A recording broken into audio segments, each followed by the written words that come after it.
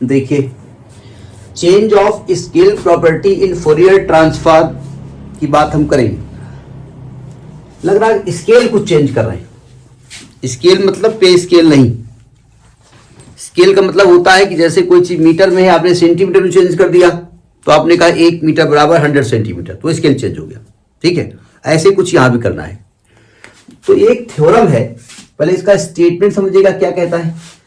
क्या कह रहा है कि if fs is the Fourier transform of fx, अगर fx का फोरियर ट्रांसफॉर्म fs हो, देन फोरियर ट्रांसफॉर्म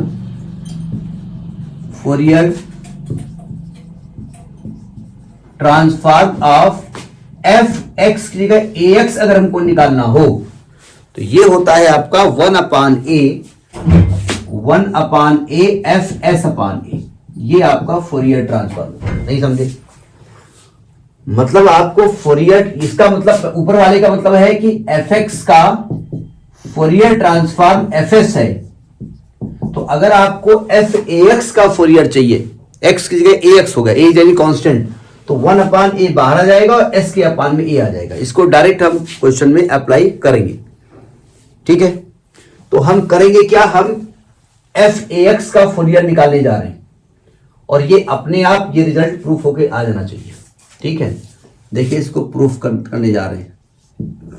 ये ध्यान रखिए, एग्जामिनेशन में उन्होंने कहा चेंज ऑफ स्केल प्रॉपर्टी, तो देखना पड़ेगा चेंज ऑफ स्केल प्रॉपर्टी किसकी बात कर रहे हैं, फोरियर की बात कर रहे हैं या लाप्लास की बात कर रहे हैं। देखिए लिखा होगा, लेकिन बहुत जल्दबाजी में लोग चेंज ऑफ, जो जब शुरुआत कुछ कॉलेजेस में, डिग्री कॉलेज में पहले नकल हुआ करती थी, तो स्टूडेंट को तो मालूम नहीं था कौन सी बुक में क्या आएगा। Can change of scale property पलट रहे हैं पन्ना, एक जगह मिल गया चेंज ऑफ स्केल प्रॉपर्टी, बोला मिल गया पन्ना फाड़ लिया, नकल कर ली, और ये नहीं देखा चेंज ऑफ स्केल प्रॉपर्टी किसकी पूछ रहे थे, वो फोरियर की कह रहे थे या लाप्लास की कर रहे थे। तो काम खत्म। देखो ध्यान से, प्रूफ में करने जा रहा हूं। अब हम निकाले जा रहे हैं फोरियर ट्रांसफॉर्म ऑफ f(ax) निकालने जा रहे हैं। पहले इसकी बात करने जा रहे हैं।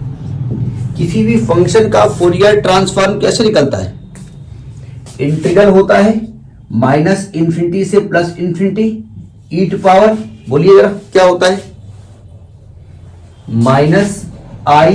-isx into fy ax dx। नहीं था ना, ax कहो 80 कहो, जो भी करना हो, अलग की बात है। क्या ये कुछ पुराने वाले फोरियर से मिलता जुलता है क्या?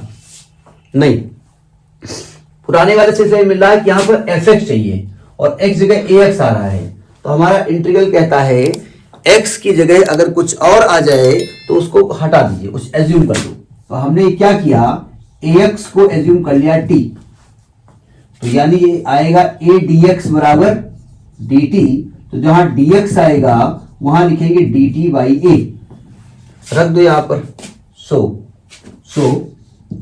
Fourier of f(ax) is equal to, limit क्या होगी भाई, ये जो लिमिट आपकी -∞ से +∞ है, ये तो x की लिमिट है ना।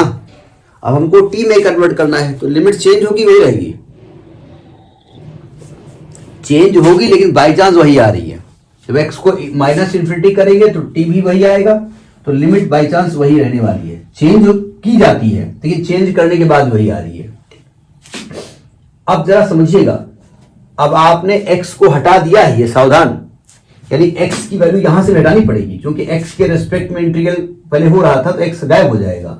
x जहां पर आ रहा है वहां लिखा जाएगा t/a, तो आएगा e to power -is into t/a into ft into dt/a। हमने यहां क्या किया, 1/a बाहर कर लिया, इंटीग्रल -∞ टू ∞ कर दिया, e to power -is/a t into ft dt। Note करिए यहां तक।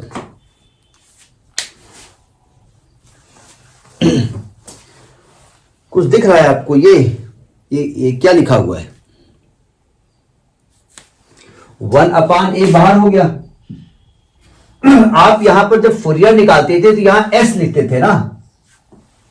s कहां होता था? -i और t के साथ जो मल्टीप्लाई होता था, यही करते थे ना। और यहां मल्टीप्लाई में क्या है? s/a है, यानी ये आपका हो गया fs/a। समझ में नहीं? तो ये आपका फुरियर ऑफ f(ax) होता है 1/a fs/a। ठीक है। अब जरा एक चीज इसी में आप समझ लीजिए, इसी में एक कंसेप्ट और समझ लीजिएगा। क्योंकि फुरियर साइन ट्रांसफॉर्म और फुरियर कोसाइन ट्रांसफॉर्म में भी ये लगना है। आपने पहली चीज क्या यहां प्रूफ की कि if Fourier of capital F, Fourier transform of fx बराबर fs, देन आपने प्रूफ किया है फुरियर ऑफ f(ax) बराबर होगा 1/a f(s)। ये प्रूफ किया है ना आपने। यही कॉन्सेप्ट आपका साइन ट्रांसफॉर्म और फुरियर कोसाइन ट्रांसफॉर्म दोनों में भी लागू होगा। ठीक है। तो यानी इसकी कॉलोरी है COROLLARY। कॉलोरी जानते हो ना क्या होता है? कॉलोरी मतलब होता है जिसको आपको प्रूफ नहीं करना है, उसी के हेल्प से डाइट कर देना है। ठीक है। यानी ये कहा गया इफ fx का फुरियर साइन ट्रांसफॉर्म, ऐसे लिखा जाता है ना, ये आता है fs, देन अगर f(ax) का आप फुरियर साइन ट्रांसफॉर्म करेंगे तो वही रूल यहां भी लगने वाला है। 1/a बाहर आने वाला है और fs s/a आने वाला है। ठीक है। यानी वही आपका change of scale property sine के केस में भी आएगा।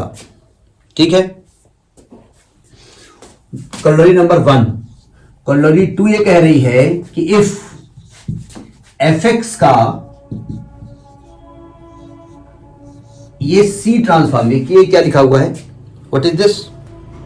Cosine transform.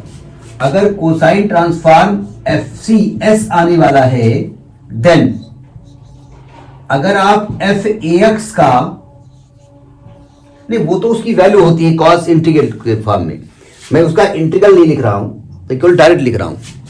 तो अगर आपका कोसाइन होगा तो आपका 1/a f cosine transform s/a आने वाला है। ठीक है। तो ये चेंज ऑफ स्केल प्रॉपर्टी जो कि sign transform, Fourier sign transform और फुरियर कोसाइन ट्रांसफॉर्म दोनों पे लागू होती है।